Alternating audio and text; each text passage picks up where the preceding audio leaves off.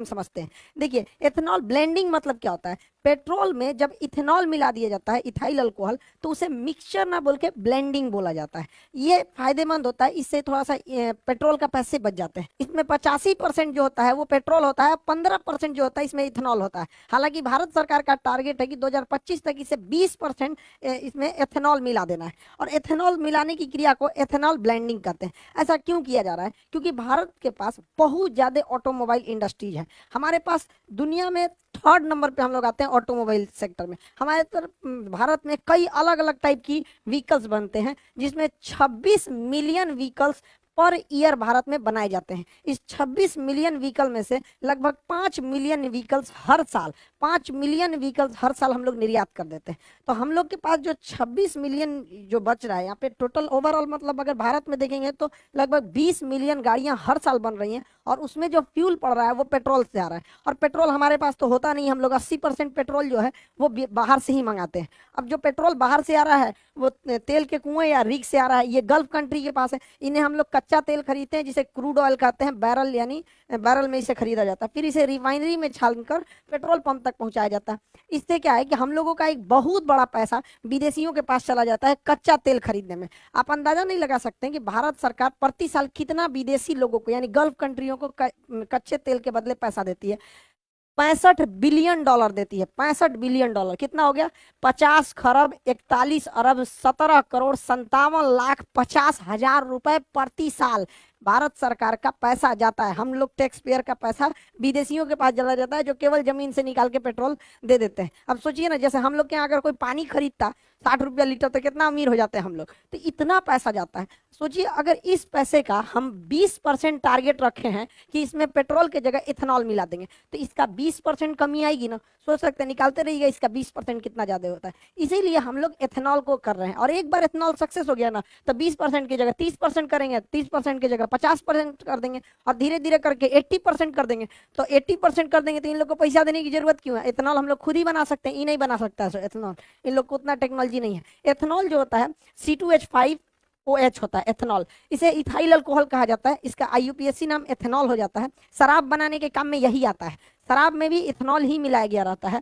और जो हम लोग देखते होंगे सैनिटाइजर होता है, उसमें भी देखिएगा 70% इथेनॉल लिखा रहता है। सैनिटाइजर में भी इथेनॉल ही होता है। इसे फर्मेंटेशन यानी किण्वन विधि द्वारा बनाया जाता है। और इसे पेट्रोल में क्या किया जाएगा? मिक्स कर दिया जाएगा। टारगेट है 20% को मिक्स करने का। अगर ये सक्सेस हो गया तो इसे बढ़ा के हम लोग 50% भी ले जा सकते हैं। लेकिन जब बढ़ाएंगे लोग तो उसके लिए हम लोगों को अपने इंजन में बदलाव करना पड़ेगा, क्योंकि अभी जो हमारी इंजन है वो कंप्लीट डीजल और पेट्रोल पे चलने के लिए डिजाइन की गई है। लेकिन जब हम लोग उसमें एथेनॉल मिलाएंगे तो इंजन में हल्का चेंजिंग करना पड़ेगा। ऐसे इंजन के लिए हम लोग फ्लेक्सिबल इंजन बनाते हैं, और उसमें जो फ्यूल पड़ेगा फ्लेक्सी फ्यूल। तो भारत सरकार काफी सख्त निर्देश देने वाली है कंपनियों को कि उनको एक टाइमलाइन दे दिया जाएगा कि इसके बाद आपको फ्लेक्सी फ्यूल वाले इंजन यानी फ्लेक्स इंजन ही बनाने पड़ेंगे। याद कीजिए 2018 का जब समय था, 2017 में 17 के लास्ट में सरकार ने कह दिया था, सुप्रीम कोर्ट ने आदेश दे दिया था कि अब BS3 की गाड़ियां नहीं चलेंगी, सब चलेंगी BS4। रातों रात बेच के हटाना पड़ा कंपनियों को। उसी तरह सरकार भी इन लोग को अभी वार्निंग दे रही है, फिर कभी सख्त आदेश देगी,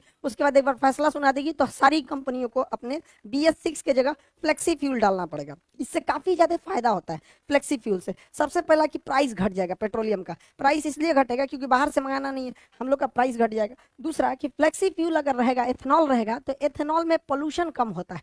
आज जो ग्लोबल वार्मिंग प्रदूषण की समस्याओं को हम लोग लेके झूल रहे हैं, उनके लिए एक काफी अच्छा ये किफायती रास्ता हो जाएगा हम लोग के लिए एथेनॉल ब्लेंडिंग। और इसके लिए हम लोग को एथेनॉल का प्रोडक्शन बहुत बढ़ाना पड़ेगा। प्रति वर्ष 500 करोड़ लीटर एथेनॉल का उत्पादन करना पड़ेगा। सोचिए, 500 करोड़ लीटर। अब इतना एथेनॉल का उत्पादन करेंगे तो रोजगार भी मिलेगा। बाहर अगर अकेले बिहार में 4 से 5 एथेनॉल प्लांट लगा दिए गए, इससे हजारों लोगों को रोजगार मिलेगा। देखिए, रोजगार डायरेक्ट कम दिखता है, इनडायरेक्टली बहुत ज्यादा लोगों को रोजगार दिखता है। तो कहीं पे भी अगर देखिएगा किसी एरिया में अगर वहां 20 भी फैक्ट्री आ गई ना, 20 फैक्ट्री, तो कम से कम 10,000 लोगों को रोजगार मिल जाएगा। तो आप ये मत देखिए कि 500 करोड़ लीटर प्रति वर्ष, इससे डायरेक्टली और इनडायरेक्टली बहुत लोगों को रोजगार मिलेगा, क्योंकि उसका एक पूरी तरह सप्लाई चेन बन जाएगा। कैसे कि एथेनॉल बनता कैसे है?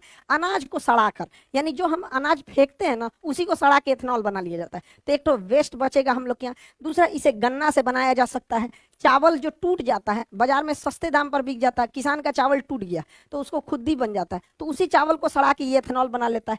मक्का, मक्का जो है इसका कोई भाव नहीं मिलता है, 6 रुपए किलो किसान का मक्का सरकार को किसान बेचने के लिए मजबूर हो जाए, 6 रुपए किलो। अब उसको ना छुपाया कैसे जाता है, किसानों को बेवकूफ कैसे बनाया जाता है, तो सरकार कहती है हम 6 रुपया नहीं ना खरीद रहे हैं, हम 600 रुपया प्रति 100 kg यानी प्रति क्विंटल खरीद रहे हैं। अजब हाल है भैया, तो 1 रुपया 6 रुपया ना किलो पड़ा, तो किसान को 100 रुपया का भाव कौन सी बताता है, 1 किलो का बताओ ना, आम आदमी को भी समझ में आता कि तब ना लोग सवाल उठाएंगे कि किसानों का इतना दुर्दशा क्यों है। आप सोचिए, आप एक ठो मक्का खरीदिएगा ना, एक ठो ठेला पे से, तो 5 रुपया 10 रुपया का मिलेगा, और किसान से 1 किलो खरीद लिया जाता है, और बेचारा उसको कितना दिया, 6 रुपया किलो, मजबूर है। लेकिन जब इस मक्के का उपयोग किया जाएगा एथेनॉल बनाने में, तो किसान भी अपना बढ़िया दाम में बेचेगा यहाँ पर, क्योंकि इसका प्रोडक्शन होने लगेगा।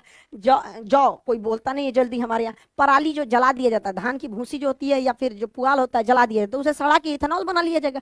अब इतना एथेनॉल बनेगा तो रोजगार भी मिलेगा, और हम लोग जो पेट्रोल खरीदते हैं उससे अच्छा हम किसानों से खरीदेंगे। जो पैसा आज हमारा फॉरेन रिजर्व गल्फ कंट्रियों को जाता है पेट्रोलियम के भुगतान करने के लिए, वो पैसा हमारे किसानों के आ जाएगा, किसान आगे बढ़ेंगे, हमारे यहाँ उनके बाल बच्चे पढ़ेंगे, वो भी आगे बढ़ेंगे यहाँ पर, तो ये देश के लिए काफी अच्छा होगा। इसलिए भारत सरकार को इस पर बहुत ज्यादा मतलब प्राइम फोकस करके रखा हुआ है भारत सरकार। लेकिन एक बार जरा अपने दिमाग से सोचिए, ये चीज तो पूरी दुनिया में सक्सेस है और भारत में भी सक्सेस होगी, तो धीरे धीरे गन्ना शिफ्ट हो जाएगा किधर, एथेनॉल प्लांट में, और जैसे गन्ना ज्यादा एथेनॉल प्लांट में शिफ्ट होगा, चीनी का प्रोडक्शन घटेगा, उसका प्राइस बढ़ जाएगा। तो भारत सरकार को एथेनॉल और चीनी दोनों को बैलेंस करके रखना है। इसलिए भारत सरकार ने चीनी के निर्यात पर बैन लगा दिया, कहा कि हम चीनी बेचेंगे ही नहीं, क्योंकि फिलहाल जो चीनी है उसी को हम लोग स्टॉक करके रखेंगे, ताकि हम जो आने वाले सीजन में जो गन्ना निकलेगा उसमें ज्यादातर गन्ने को एथेनॉल प्लांट में भेजा जाएगा। अब ज्यादातर को भेज देंगे, चीनी के लिए नहीं बचेगा। भारत में महामारी हो, पूरा भयानक, कम महंगाई है भारत में, तो चीनियों महंगा हो जाएगा यहाँ पर, इसलिए इस पर निर्यात पर रोक लगाया गया। हालांकि भारत में चीनी का प्रोडक्शन बहुत ज्यादा है, चीनी का प्रोडक्शन 35 मिलियन टन है हम लोग के पास चीनी का प्रोडक्शन। हालांकि इसका उत्पादन जो है वो 27 मिलियन टन है, यानी 8 मिलियन टन एक्स्ट्रा हमारे पास है।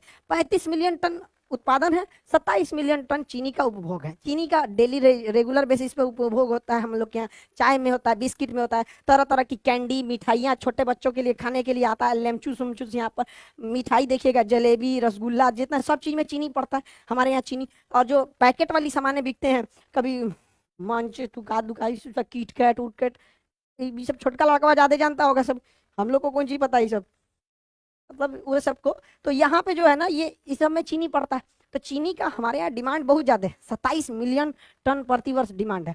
तो हम लोग के पास 35 मिलियन टन उत्पादन है, 27 मिलियन टन खर्च है, यानी बफर स्टॉक में हम लोग के पास अभी भी 8 मिलियन टन जमा है। बफर स्टॉक किसे कहते हैं, सरकार जो अनाज को सरप्लस उत्पादन के समय जमा कर लेती है गोदामों में, उसे बफर स्टॉक कहा जाता है। बफर स्टॉक रखने की जिम्मेदारी फूड कॉर्पोरेशन ऑफ इंडिया को है, एफसीआई को है। बड़े बड़े गोदाम होते हैं, इसी में रखा जाता है, छोटा मोटा नहीं, बड़ा सा गोदाम होता है, इसे ही कहा जाता है बफर स्टॉक। इसलिए भारत सरकार क्या की है, फ्यूचर प्लानिंग में बैलेंस न गड़बड़ाए महंगाई का और सप्लाई का, इसलिए इस पर बैन लगा दिया गया। अभी आप देखे होंगे चीनी पे बैन लगा दिया गया, गेहूं पे बैन लगा दिया गया, चावल पर बैन लगा दिया, क्योंकि टूटे हुए चावल से भी मेथनॉल बन जाता है। अभी तुर्की जो है गेहूं को वापस कर दिया, देखिए बहाना करके कि इसमें वायरस था, तो जरा अफगानिस्तान के लोगों के लिए वायरस नहीं है, आईएमएफ कह रहा है कि प्लीज गेहूं दे दीजिए, ये लोग को बहुत बड़ा दिमाग हुआ है। ये एक्चुअली देखिए क्या है कि तुर्की क्या देख रहा है कि वो रूस के करीब है, तुर्की जो है वो अमेरिका को बैलेंस करके चल रहा है यूएसए को चिढ़ाने के लिए, क्योंकि तुर्की जो है रूस से सटा हुआ है और रूस के पास गेहूं की कोई दिक्कत नहीं है, और रूस के इस एरिया में, चचन्या वाले एरिया में आराम से ट्रक से गेहूं आ सकता है तुर्की में। तो ये देख रहा है कि इसी बहाने हम तुर्की देख रहा है रूस से व्यापार बढ़ा लेंगे और अपने आप को हीरो बनने के लिए भारत का गेहूं वापस कर दिया है। यही गलती किया था मलेशिया, यही गलती किया था इंडोनेशिया, पाम ऑयल को लेकर इनको घमंड हो गया था पाम ऑयल का। आज इनका पाम ऑयल कोई खरीद ही नहीं रहा है यहाँ पर, तो ये लोग कह रहे हैं कि पाम ऑयल खरीद लो। देखिए इंटरनेशनल रिलेशन में ईगो नहीं दिखाना।